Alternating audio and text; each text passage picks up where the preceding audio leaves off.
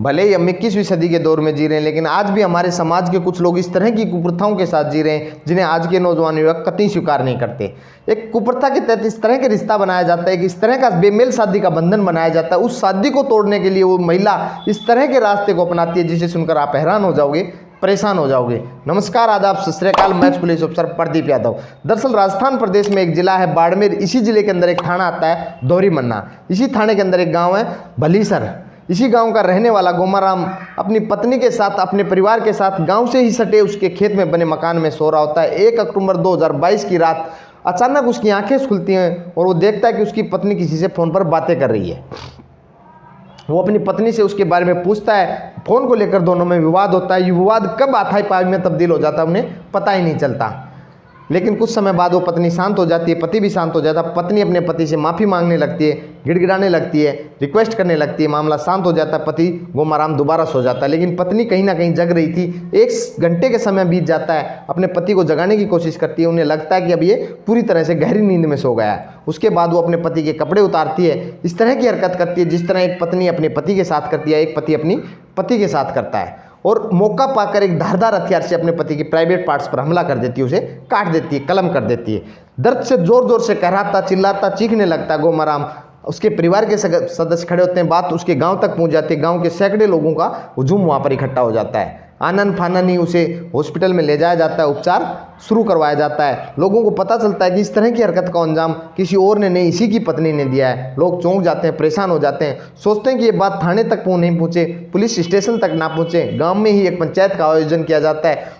गांव में उस महिला के ससुराल के पक्ष के लोगों को भी इकट्ठा किया जाता है और उसके पीहर के लोगों को भी बुलाया जाता है और उस महिला को भी उस पंचायत में बुलाया जाता है। पंचायत जब उससे पूछती है कि तुमने इस तरह की घटना को क्यों अंजाम दिया, वो महिला कोई जवाब नहीं देती, चुप रहती है। एक के बाद एक पंचायत होती है। लगभग 1 महीने तक डेली पंचायतें चलती है, लेकिन पंचायत का कोई निर्णय नहीं निकलता। उसके बाद वो व्यक्ति हॉस्पिटल से डिस्चार्ज हो जाता है, अपना इलाज करा के घर आ जाता है। उस व्यक्ति के सामने भी पंचायत का आयोजन किया जाता है, लेकिन पंचायत का कोई निर्णय नहीं निकलता। हार थककर 1 नवंबर 2022 को व्यक्ति पुलिस स्टेशन पहुंचता है। पुलिस थाने में तहरीर देता है, शिकायत देता है और कहता है कि साहब मेरी पत्नी ने मेरे प्राइवेट पार्ट्स को काट दिया, मेरे प्राइवेट पार्ट्स पर हमला कर दिया। पुलिस थाने में इसकी तहरीर पर मुकदमा दर्ज किया जाता है। जब ये बात सोशल मीडिया, टीवी चैनलों के माध्यम से फैलने लगती है, लोगों में चर्चा का विषय बन जाता है कि कोई पत्नी अपने पति के साथ इस तरह की घटना को अंजाम दे सकती है क्या, या कोई पत्नी अपने शादी के रिश्ते को तोड़ने के लिए, कायम ना करने के लिए, ना रखने के लिए इस तरह की हरकत भी कर सकती है। उसके बाद 6 नवंबर को उस पत्नी के पक्ष से भी एक दहेज उत्पीड़न का मुकदमा दर्ज कराया जाता है। मामला क्रॉस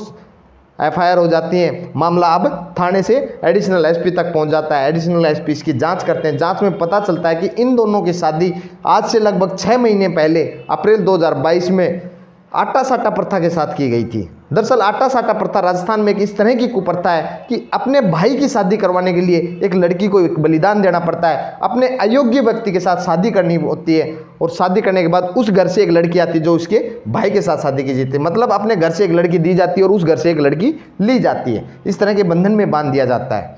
उसके बाद जब वो शादी होती है, उनके बीच में आपस में झगड़ा होता है, विवाद होने लगता है। वो लड़की अपनी बहन से और अपने बहनों से बात करती है कि मुझे इसके साथ नहीं रहना, मुझे इसके साथ शादी के बंधन में नहीं रहना, मुझे अपने पसंद के लड़के के साथ शादी करनी है। उसका बहन और बहनें उसे कहते हैं कि अगर तुम किसी तरह से इसको नपुंसक बना दो तो कोर्ट से तुम्हें तलाक मिल जाएगा। तुम मौका पाकर किसी तरह से इसके प्राइवेट पार्ट्स को काट दो तो ये नपुंसक हो जाएगा, जिसके आधार पर हमें कोर्ट से तलाक मिल जाएगा।